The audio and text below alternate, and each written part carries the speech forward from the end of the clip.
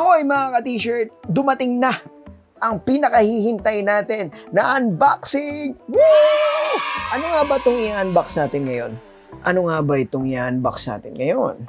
Ano kaya itong i-unbox natin ngayon? So this is a Macbook Pro 13-inch 2020. So kung gusto nyo malaman kung ano ang nasa loob nito, stay tuned mga ka-t-shirt.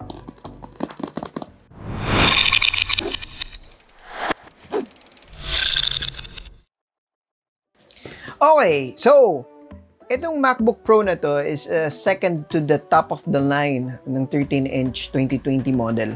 Marami ako nababasang comments and na nakikitang comments and reviews sa YouTube na ito daw ang pinaka-sulit bilhin when it comes to 13-inch 2020 model. Kung matitignan natin yung specs sa likod, ang specs niya is 16GB DDR4 memory. We have 512 gigabytes of SSD and 4 Thunderbolt 3, a touch bar and a touch ID, headphone jack, and a full-size backlit Magic Keyboard. Ito yung edition na wala na yung butterfly keyboard. Pag sinabi nating butterfly keyboard, yun yung innovation ni Apple na it's a prank.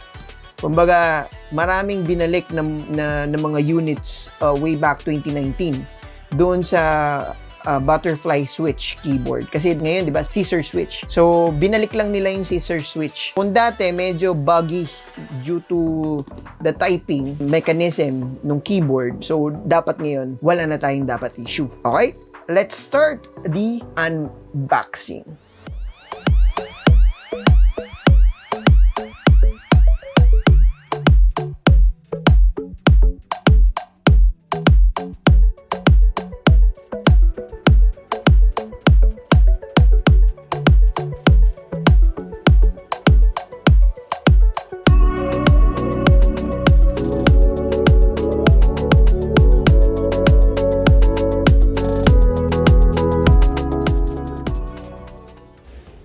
Tagal, di ba?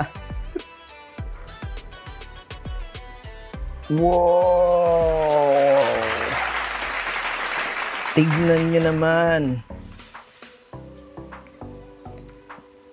Damang-dama mo yung prestige, no?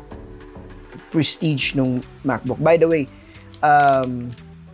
itong MacBook na to, this is my first MacBook Pro. Alright guys, what do we have here? We're gonna be unboxing something very, very cool. Oh, munti ka pa malaglag. Kita niyo yan? Ang saya, di ba? So, by the way, sa retail, it's amounting about, kita niyo yan? Silky smooth. Di ba? So, sa retail, you can buy this around 104,000 to 107,000. So, ito yung makikita natin. So, tingnan natin anong laman nito. So, we have the manual. So, pinapakita dito kung ano yung physics niya. Kung ano yung makikita nyo sa mga buttons. And we have also the sticker. If you're fond with stickers, so, pwede nyo idikit sa pader nyo. Kung sa pader nyo ididikit, so, it's your option. So, look at this.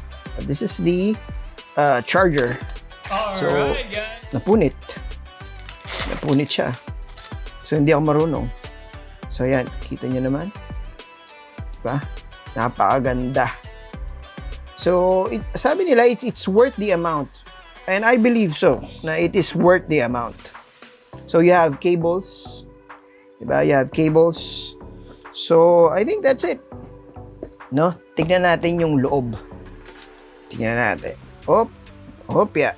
So, sabi nila, kaya itong buksan ng isang kamay. Uy, kaya nga, oh. Kita niya yan? Kita niya yan, oh. Oh, nag-open mag-isa, oh. Yan.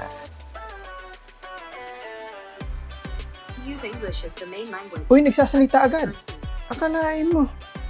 Ito yung tinatawag nilang touch bar. So, may touch bar din ito at merong touch ID. So, makikita nyo yung travel ng keyboard. Oo, alam ko. Diba? Sobrang ganda. Yeah. So, I think, yun lang naman. So, kitang-kita mo yung slick nung Apple logo dito. So, ganyan talaga. And it is weighing around 1.3 kilograms.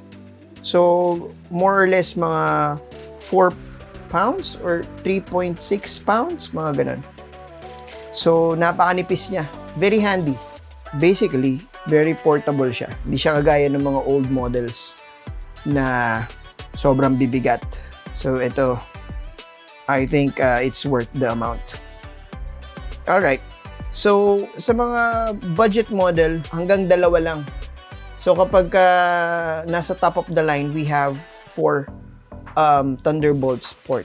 So, kung ako sa inyo, if you have the budget naman, go with the top of the line model.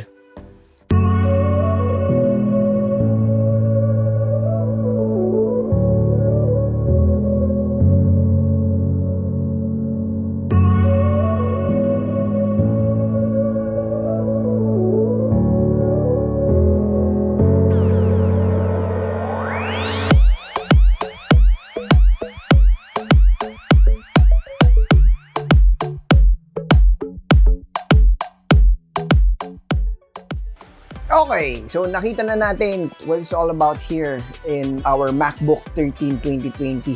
Sabihin nyo rin sa akin kung bagay ba to sa current na job nyo, sa current na hobbies nyo, no? If this laptop fit your needs, no?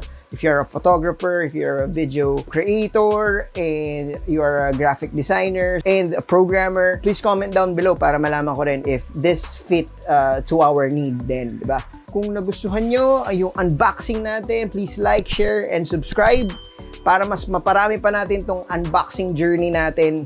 And hopefully, we will have more unboxing items to come. No? Marami tayong nakalinya dyan for us to experience another one of our unboxing journey. Kung nagustuhan nyo tong video na to, see you next week sa T-Shirt Guy Vlog.